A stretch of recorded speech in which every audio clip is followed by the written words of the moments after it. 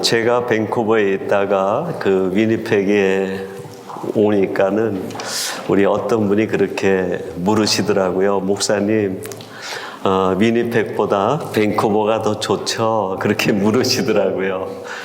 이제 밴쿠버의 자연 환경이나 또 여러 가지가 위니펙하고 또 다른 모습이 있으니까, 또 기온도 차이가 있으니까 저한테 그렇게 물으신 것 같아요. 근데 제가 10수년 밴쿠버에 이렇게 생활하면서 위니펙에 와가지고 처음에 느꼈던 거는 동선이 참 짧다, 그걸 느꼈어요. 밴쿠버는 집에서 교회 한 번 가려면 거의 한 30분, 40분 드라이브 해야 되고, 저희 아이가 직장 생활하는데 저희 사는 집에서 노스 밴쿠버까지 가려면 거의 한 40km, 그리고 1시간 정도 트래픽이 있으면 1시간 10분 이상 소요가 돼요. 요새 기름값이 많이 올랐잖아요. 그러면서 아이가 아빠 기름값이 500불이 넘어. 한 달 쓰는데 그 비용이 그렇게 많이 난다는 거예요. 근데 제가 여기 와서 전체 이제 우리 목장별 신방을 하는데 한 달 다 해도 한 번 다 채우고 절반 정도? 밴쿠버에서 쓰던 거 4분의 1 정도만큼 밖에 안 들더라고요. 이렇게 내비게이션으로 이렇게 딱 키면 저희 집에서 성도님들 신방 가는 집 거리가 보통 8분, 7분, 10분 그 이내 거리더라고요. 그래서 너무 좋더라고요. 그래서 동선이 짧아서 너무 좋아요. 그렇게 대답했던 기억이 납니다. 사람의 그 삶이란 그런 것 같아요. 내가 어떤 생각을 강화시키느냐에 따라서 마음의 평안을 누릴 수도 있고 마음이 불편해질 수도 있는 거죠. 밴쿠버가 더 좋다 생각하면 저는 여기 있으면서 마음이 평안하지는 못할 거예요. 근데 위니펙에 오니까 밴쿠버에 없는 정말 좋은 장점들이 많더라고요. 그게 더 좋다, 그쪽의 생각을 강화시키니까 여기가 더 행복하고 좋은 거예요. 제가 밴쿠버하고 위니펙하고 비교해서 그렇지만 여러분 세계 어느 곳에 있든 우리의 생각이 어느 쪽에 더 강화가 되느냐에 따라서 사람의 생각과 삶의 행과 불행, 마음의 평안과 마음의 불편이 결정될 수 있다. 이런 것도 얘기를 드릴 수 있을 것 같아요. 내가 누구를 사랑한다 생각하면 그 사람이 나에게 모진 말을 해도 그게 모진 말로 느끼지 않아요. 나를 사랑해서 그러는 거야.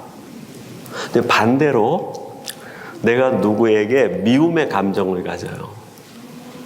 그러면 상대방이 아무리 사랑으로 대하고 접대를 해줘도 그게 다 가식적으로 느껴져요. 이게 나를 사랑해서 그러는 게 아니라 나를 미워하는데 다른 이유가 있을 거야. 신앙도 마찬가지죠. 하나님이 나를 사랑하신다. 이 믿음과 생각이 강화가 되면 내가 살아가는 삶의 고난과 어려움과 형편들이 아무리 힘들어도 힘들지 않아요. 여기는 하나님의 뜻이 있을 거야. 감사가 생겨요. 근데 하나님에 대한 사랑이 점점 식어요.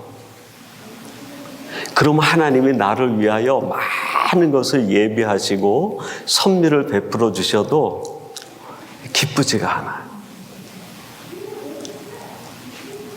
우리의 삶과 신앙에 있어서 내가 어디에 내 생각을 강화시키느냐가 얼마나 중요한지 몰라요.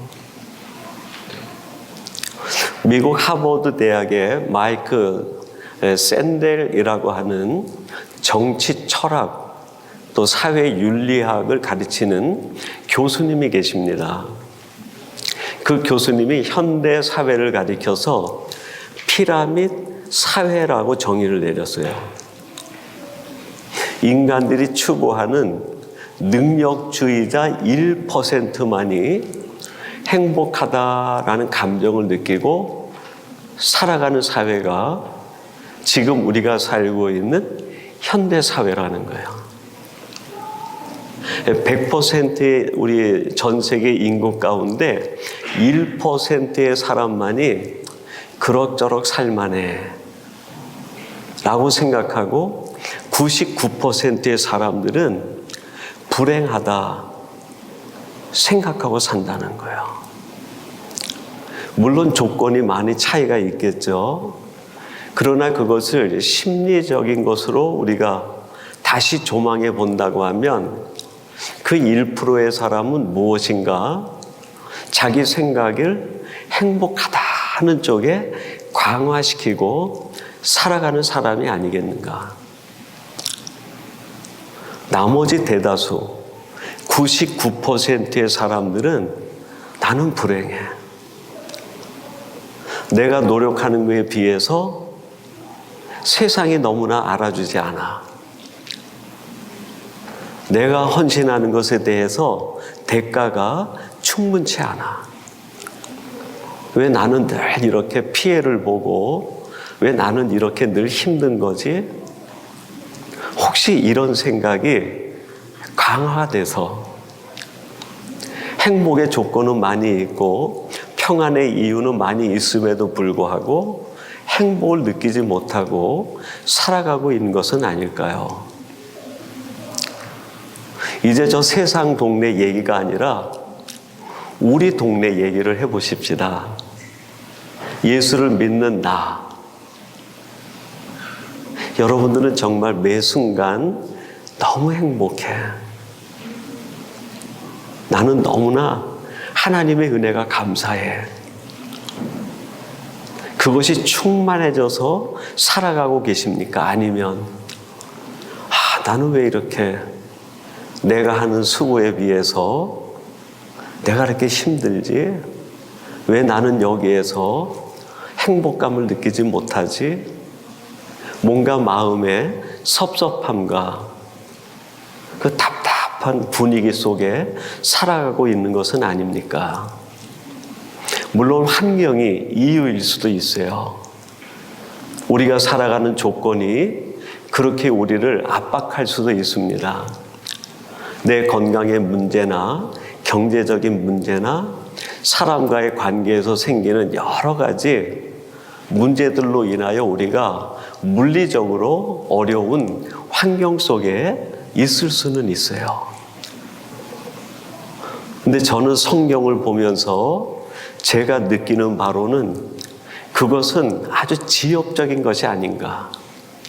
정말 중요한 건 그럼에도 불구하고 내 생각이 어디에 강화되어 있느냐. 그것이 결국 우리의 삶의 행과 불행, 평안과 불평을 결정하는 요소가 아니겠는가. 조심스럽게 여러분들에게 이런 권면을 드리고 싶어요. 힘들어도, 생활이 잘 풀리지 않아도, 뭔가 불안과 걱정과 염려가 가득 차 있더라도 그쪽에다가 생각을 강화시키지 마세요. 그렇게 내가 압박을 당한다 하더라도 내 생각은 다른 쪽으로 강화시키는 거예요. 하나님은 나를 사랑하시고 하나님은 이 문제를 해결해 주실 것이고 하나님은 이 일을 통해서 분명히 좋은 열매를 주실 거야. 내가 알지 못하지만 하나님에게 나를 향한 계획이 있을 거야. 이쪽에 내 생각을 강화시키면은 저는 확실히 믿습니다.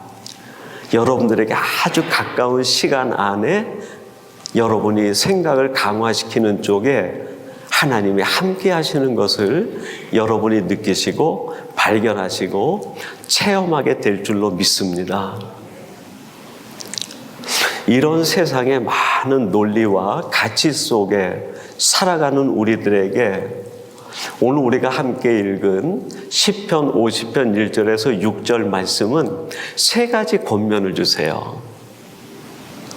저는 이 말씀을 묵상하면서 하나님이 오늘 이런 시대 속에 살아가는 생각의 갈등 속에 있는 우리들에게 이런 요청을 하시는 것이 아닌가. 내 신앙의 기준을 리셋하라. 조금 다른 말로 패러디를 한다고 하면 이렇게도 할 수 있을 것 같아요. 내 신앙의 근간이 되는 생각, 그걸 리셋하라.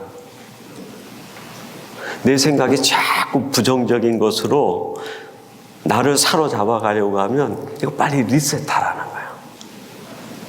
하나님이 원하시는 긍정적이고 믿음적이고 신앙적인 생각으로 빨리 바꾸라는 거예요. 하나님이 우리를 위하여 다 준비해 두셨지만 내 생각이 자꾸 부정적인 생각에 강화되면 하나님이 주시는 게 느껴지지 않아요.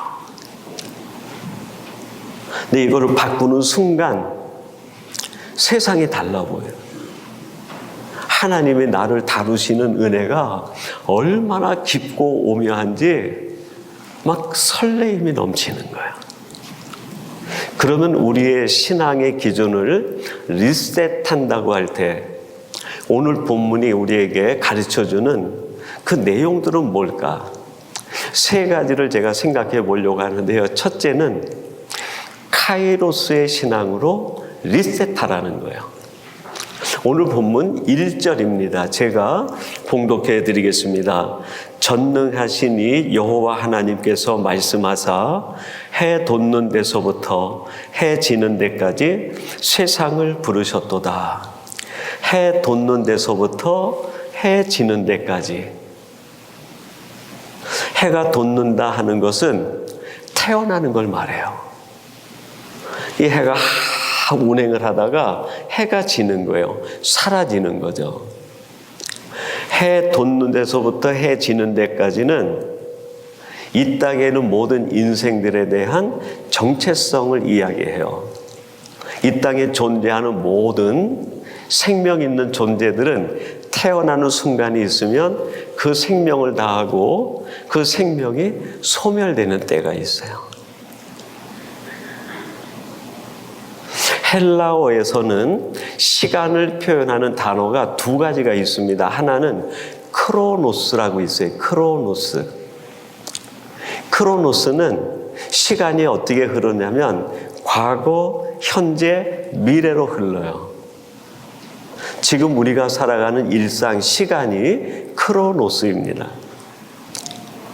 어제 우리가 자고 아침에 일어나서 이 시간 예배당에 와 있잖아요.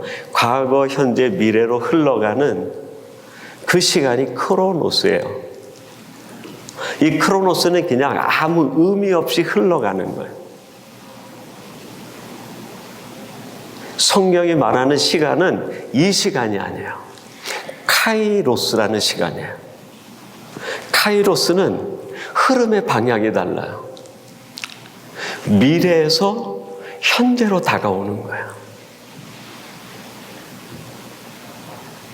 나를 위해 하나님이 좋은 것을 준비해 놓으신 미래적 선물이 지금 내게 다가오고 있어요. 이 시간 개념이 뭐라고요? 카이로스. 나를 구원하시기 위한 하나님의 계획이 나에게 다가오고 있어요. 구원의 때, 카이로스죠. 나를 위해 하나님이 너무 좋은 계획을 가지고 계시고 그게 지금 나를 향해 다가오고 있어요. 언제쯤 올지는 몰라요. 근데 분명히 다가오고 있어요. 그거는 하나님의 시간이기 때문에. 세상 사람들은 크로노스의 시간을 삽니다. 어제, 오늘, 내일, 과거, 현재, 미래로 흐르는 시간 속에서 막연하게 살아가요. 근데 우리 신앙인들은 크로노스의 시간을 사는 게 아니에요. 하나님의 때를 사는 거예요. 카이로스의 시간을 사는. 해 돋는 데서부터 해 지는 데까지라고 할 때 해가 지는 데 요거는 우리의 생명이 끝나는 때를 얘기해요. 카이로스의 시간을 산다는 것은 내가 생명이 끝나는 그날을 생각하면서 오늘 내 삶을 새롭게 변화시켜 살아가는 것을 의미해요. 시간이 그냥 흘러간다라는 생각으로 사는 사람들은 오늘 내 삶에 도전이 없어요. 오늘 내 삶을 반성하거나 자성하지를 못해요. 내가 오늘에 뭔가 집중하고 살아가야 되는지 강한 도전이 없어요. 근데 내 때가 언제 온다. 카이로스의 신앙을 사는 사람들은 오늘 내가 무엇을 해야 되는지 분명한 자의식이 생겨요. 그래서 하나님의 시간, 카이로스의 시간을 사는 사람에겐 오늘 내가 무엇을 해야 되는지 그걸 알게 되는데 그게 뭘까요? 그래요. 사랑이라는 개념을 회복하게 돼요. 요한복음 13장 1절 예수님께서 십자가에 달려 돌아가시기 직전에 제자들과 함께 만찬을 하십니다. 그 예수님은 카이로스의 시간을 하셨어요. 근데 그 자리에 함께 있었던 제자들은 카이로스의 시간이 아니에요. 어제 오늘 내일로 흘러가는 시간 속에 예수님과 그냥 만찬하는 거예요. 현장은 똑같이 있었는데 제자들은 크로노스의 시간 속에 있었고 주님께서는 하나님이 정하신 그때의 시간이 주님 앞에 다가오는 걸 느꼈어요. 13장 1절에 이렇게 말씀합니다. 유월절 전에 예수께서 자기가 세상을 떠나 아버지께로 돌아갈 때가 이른 줄 아시고 세상에 있는 자기 사람들을 사랑하시되 끝까지 사랑하시니라. 예수님과 함께 만찬을 하시는 자리에 현장의 조건과 상황 속에 똑같이 있었는데 제자들과 예수님의 결정적 차이가 있어요. 제자들은 흘러가는 시간 속에 그냥 식사하는 시간이에요. 의미를 발견하지 못했어요. 근데 카이로스의 시간을 사시는 주님께서 내가 이제 십자가 달려 돌아가기 직전 너희들과 함께하는 이 만찬의 시간 얼마나 깊은 의미가 있는지 몰라요. 카이로스의 시간과 때를 아는 순간에 예수님 마음에 불타오르는 것이 있었어요. 그게 뭘까요? 자기 사람들을 사랑하시되 끝까지 사랑하시니라. 가끔 성도님들이 상담을 하거나 이야기할 때 목사님 성경에서 사랑하라고 하고 예수님이 사랑하라고 하셨는데 사랑하려고 하는데 잘 안 돼요. 사랑이 너무 힘들어요. 그렇습니다, 여러분. 사랑하는 일이 쉬운 일이 아니에요. 그런데 우리들이 어떻게 사랑의 마음을 가지고 살아갈 수 있을까요? 시간 개념이 바뀌어야 돼요. 크로노스의 개념으로 살아가면 내 의지로 사랑하게 돼요. 내 의지로. 억지로 사랑해야 되는. 그게 얼마나 힘든 일인지 몰라요. 근데 카이로스의 시간으로 바뀌면 내 때가 얼마 남지 않았다 하는 걸 알게 되면 나도 모르게 저절로 사랑하게 돼요. 제가 지난번 우리 교회 봄맞이 집회 때 예화로 했던 중에 그 오츠 슈이치라고 하는 일본의 호스피스 병동에서 일하던 의사가 있었어요. 이 의사가 그 병동에서 오랫동안 일하다가 세상을 떠나는 사람들이 남기는 마지막 후회들을 메모하기 시작을 했어요. 그러다 한 1000여 명 이상 그 환자들을 또 보낸 뒤에 사람들이 후회하는 몇 가지 공통점이 있는 걸 발견했어요. 그래서 그거를 책으로 냈어요. 죽을 때 후회하는 25가지라는 책인데 그 중에 첫 번째가 사랑하지 못한 것. 내가 인생을 떠나야 되는 해가 지는 때 그 시간이 다가오니까 내가 하지 못한 게 후회로 남는 거예요.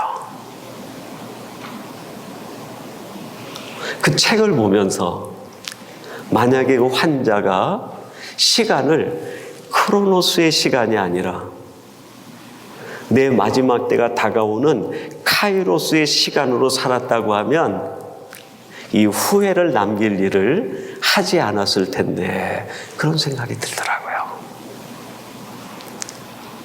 여러분, 카이로스의 신앙을 가져야 억지로 사랑하는 게 아니라 진짜로 사랑할 수 있어요. 진정성 있게 사랑하고 끝까지 사랑할 수 있습니다. 두 번째, 우리의 신앙의 기준을 리셋한다고 할 때 그것은 코람 데오의 신앙으로 리셋해야 되는 거예요. 코람 데오. 여러분이 많이 들어본 라틴어죠. 코람이라는 말은 어디 앞에 그런 말이고 데오라는 말은 하나님 그런 뜻이에요. 하나님 앞에서. 오늘 시편 50편 5절 이렇게 말씀합니다. 이르시되 나의 성도들을 내 앞에 모으라. 그들은 제사로 나와 언약한 이들이니라 하시도다. 나의 성도들을 내 앞에 모으라.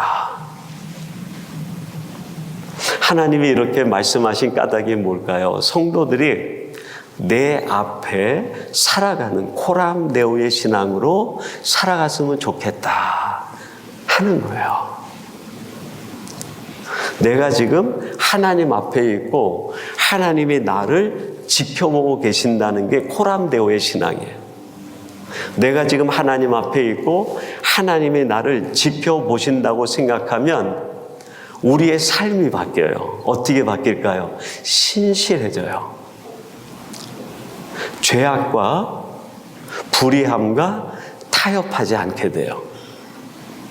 창세기 39장에 보면 요셉 이야기가 나옵니다. 요셉이 애굽에 팔려갔는데 그 보디발 집에 총무로 일을 하는 거예요. 근데 그 보디발의 아내가 자꾸 요셉을 유혹합니다. 그 유혹 앞에서 요셉이 하는 말이 뭡니까? 창세기 39장 9절에 보니까 내가 어찌 이 같은 일을 행하여 여호와께 득죄하리이까? 하나님이 나를 지금 지켜보고 계시는데 내가 어떻게 이 악을 행할 수 있겠습니까? 이게 코람데오의 신앙이에요. 오늘날 우리 크리스찬들이 잃어버리고 있는 것이 있다고 하면 혹시 이 신앙이 아닐까? 하나님이 나를 보지 못한다. 그런 생각을 가지면 우리가 못할 일이 없는 거예요. 근데 하나님이 나를 지금 지켜보고 계신다. 이 코람데오의 신앙을 가지면 결코 우리가 타협할 수 없는 거죠. 사도행전 4장에 보면 예수님의 제자들이 성령이 충만해져 가지고 유대 회당에 들어가서 설교를 합니다. 근데 그 설교가 얼마나 감동적이고 유대인들에게 도전을 주었는지 제사장과 바리새인 사두개인들이 제자들에게 설교를 하지 못하게 합니다. 예수의 이름으로 말하지 말라는 거예요.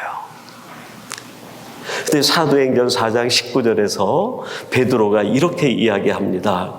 베드로와 요한이 대답하여 이르되 하나님 앞에서 너희의 말을 듣는 것이 하나님의 말씀을 듣는 것보다 옳은가 판단하라. 하나님 앞에서 내가 어떤 일을 하는 게 옳은지 너희들이 판단하라. 하나님 앞에서 내가 어떤 말을 하는 게 옳은지, 하나님 앞에서 내가 어떤 생각을 갖는 게 옳은지, 하나님 앞에서 내가 어떤 행동을 하는 게 옳은지 너희들이 판단하라. 이 지금 베드로와 요한은 코람데오의 신앙으로 충만해져 있는데 그 신앙을 가지고 백성들을 가르쳐야 될 제사장과 바리새인들은 코람데오 신앙이 없었어요. 코람데오 신앙이 없으니까 예수님은 십자가에 못 박는데 죄의식도 없이 못 박게 내주는 거예요. 이들의 문제뿐 아니라 이 문제의 소지는 우리도 가지고 있어요. 내가 코람데오의 신앙으로 내 체질화가 이루어지지 않으면 나도 모르는 사이에 타협하게 돼요. 그래서 하나님께서 오늘 이 시편 말씀을 통해 우리의 신앙의 기준을 리셋하는데 어떤 신앙으로? 코람데오의 신앙을 가져라. 마지막 세 번째는 마라나타의 신앙이에요. 마라나타의 신앙. 오늘 본문 6절 우리 같이 한번 봉독해 볼까요? 6절 말씀 같이 봅니다. 시작. 하늘이 그의 공의를 선포하리니 이심이로다. 아멘. 하나님 그는 심판장이심이로다. 마라나타라는 말은 아람어예요. 예수님께서 이 땅에 계실 때 사용하시던 언어가 아람어인데 마란아타 이게 합쳐져서 마라나타라는 단어가 됐어요. 속히 오시옵소서 하는 말이에요. 마라나타 신앙은 종말론적 신앙이에요. 마지막 종말의 때에 세상이 어떻게 될 것인가? 이 땅에는 모든 것들은 다 불에 타서 없어지듯이 시들고 말라버린다. 유한한 것은 사라지고 영원한 것만이 남는 거예요. 그게 종말신앙의 핵심입니다. 종말신앙이 마지막 종말의 때가 언제 일어나는가 해가지고 날짜를 계산하는 게 아니에요. 마라나타의 신앙, 종말론적 신앙을 갖는다는 것은 나의 관심이 사라질 유한한 것에 있는 것이 아니라 사라지지 않는 영원한 것을 바라보며 사는 것이 종말론적 신앙이에요. 하나님은 심판장이심이라. 내가 어떤 것에 매여 살았는지 심판장 되시는 그분이 마지막에 판단하신다는 거예요. 유한한 것에 매여 살았는지 아니면 영원한 것을 바라보며 살았는지 하나님께서 우리에게 주시는 세 번째 메시지가 뭡니까? 유한한 것이 아니라 영원한 것을 바라보고 살아가라는 거예요. 다시 한번 여러분에게 물어보겠습니다. 여러분의 마음속엔 어느 것이 더 많이 차지해 있습니까? 유한한 것입니까? 아니면 힘들고 어렵지만 영원한 것이 내 마음에 가득 차 있는가? 조금 패러디해서 다른 말로 바꾼다고 하면 이런 거예요. 가짜를 버려야 가짜. 하나님께 가지고 갈 수 있는 진짜를 붙들고 살아가잖아요. 제가 오래전에 그 터키 그 에베소를 갔습니다. 지금은 튀르키예고 그 지역 이름이 이즈미르라고 되어 있는데 소아시아의 사도 바울이 선교했던 에베소 지역이에요. 그 에베소에 갔더니 두 가지 신약 성서에 나오는 유물이 있더라고요. 그 에베소에 사도 바울이 갔을 때 에베소 사람들이 섬기던 신이 있었어요. 그 신이 아데미라고 하는 신이에요. 아데미. 제가 가니까 그 에베소 사람들이 오래전에 신약 시대에 섬기던 그 아데미 신전이 있고 아데미 석상과 금상들이 그 아데미의 유적들이 그대로 남아있는데 얼마나 화려하고 웅장한지 모르겠어요. 그리고 또 한 가지 유물이 있었어요. 신약시대 유물인데 그게 뭐냐면 사도 요한의 무덤이에요. 무덤. 사도 요한의 무덤인데 사도 요한의 무덤 시신이 전체가 있는 것이 아니라 뼈 조각 몇 개 들어가 있다는 거예요. 아데미 여신의 그 유적 흔적은 얼마나 화려한지 모르겠어요. 근데 사도 요한의 무덤에는 뼈 조각 하나 있는 자그마한 굴로 돼 있어요. 굴로. 누가 안내해 주지 않으면 그게 요한의 무덤인지도 모를 정도로 정말 초라하더라고요. 그걸 보고 나오면서 이런 생각이 들었어요. 왜 아데미 여신은 이렇게 많은 걸 남길 수 있었고 사도 요한은 아무것도 남긴 것이 없을까? 그래요. 마라나타의 신앙이 있어서 그래요. 마라나타의 신앙이 없는 아데미는 세상이 전부였어요. 세상 사는 동안 내 것을 크게 만드는 게 인생의 목적이었어요. 그래서 사도 요한은 마라나타의 신앙이 있었어요. 계시록 21장 20절에 주 예수여 어서 오시옵소서 아멘 하고 마라나타 신앙을 고백을 해요. 마라나타의 신앙의 고백이 있는 이 사도 요한은 세상에 있는 게 의미가 없는 거예요. 보물을 전부 하늘에다 쌓아둔 거예요. 사랑하는 성도 여러분, 내 생각이 어디에 강화되느냐에 따라 우리의 삶의 행과 불행, 마음의 평안과 불편이 좌우가 돼요. 세상은 자꾸 보이는 것에 생각을 집중하고 살아가라는, 그것이 뭔가 내게 줄 것 같지만 거기에는 끊임없는 무한 경쟁과 마음의 공허만이 있어요. 오늘 하나님께서 우리에게 보여주시는 우리의 신앙의 기준을 리셋하라 하시는 말씀처럼 나는 이제 카이로스의 신앙으로 사랑하며 살겠습니다. 나는 코람데오의 신앙으로 타협하지 않겠습니다. 나는 마라나타의 신앙으로 하늘의 보물을 쌓는 사람이 되겠습니다. 이렇게 결단하고 결심한다고 하면 저는 확신할 수 있습니다. 그 순간부터 여러분의 마음은 자유해질 수 있어요. 이상하게 마음이 평안해요. 그리고 여러분의 맺는 모든 삶의 관계가 내가 억지로 풀지 않아도 하나님이 풀어주시는 은혜 가운데 충만하게 될 줄로 믿습니다. 여러분, 우리가 사는 시간 내가 선택할 수 있는 게 아니에요. 내 인생의 디데이, 내 인생의 때는 하나님 손에 있어요. 그 때를 생각하고 오늘 내 삶을 새롭게 바꾸기 시작하면 여러분의 삶은 기적같이 여러분이 기대하고 기도하고 바라던 것들이 이루어지게 될 뿐 아니라 큰 평안을 누리는 신앙인의 참된 삶을 살아가게 될 줄로 믿습니다. 이러한 삶을 사는 우리 모든 온 성도님들 되시기 바랍니다.